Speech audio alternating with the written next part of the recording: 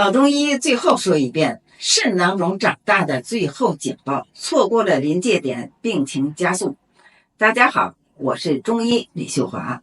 很多人呢以为肾囊肿是突然长出来的，其实不是，它和糖尿病并发症一样，也是有一个漫长的潜伏期。在真正被 B 超发现之前，身体早就发出过信号，只是您没有当回事儿。一旦越过了那个临界点，囊肿就可能快速的增大，甚至影响肾脏的功能。我在门诊常遇到这样的患者，平时没有明显的症状，但是总说腰有点酸，容易疲劳，夜尿呢比别人多。他们觉得这是年纪大了，或者是工作累，根本想不到和肾有关。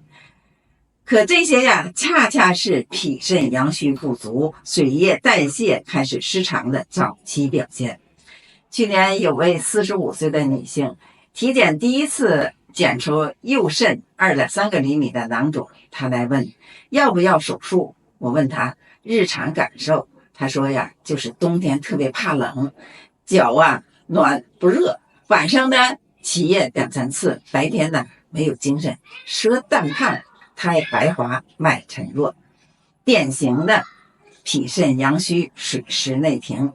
这时候如果只盯着囊肿的大小，就错过了干预的最佳窗口。因为囊肿的本质是局部水液停聚加气血运行不畅，阳气一虚，肾的气化功能下降，水湿排不出去，慢慢的就聚成包。所以最早的信号不是疼痛，而是功能性的改变，怕冷、乏力、夜尿频、腰膝酸软。针对着他的情况，我没有用猛药攻破，而是以温补脾肾、化气行水为主，方用真武汤和5苓散加减，泡附子、茯苓、白术温阳利水，泽泻、猪苓通调水道，加桂枝助膀胱气化，再配少量的丹参、泽兰，清通肾络，防止水停成瘀。同时叮嘱他忌生冷、早睡，避免久坐。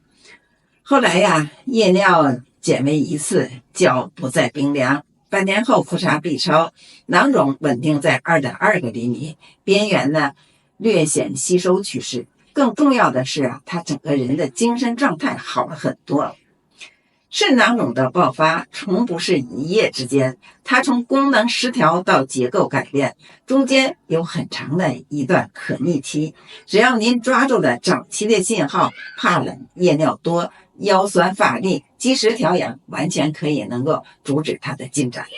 当然了，具体用药需要辨证施治，切勿自行服药。有问题欢迎留言交流。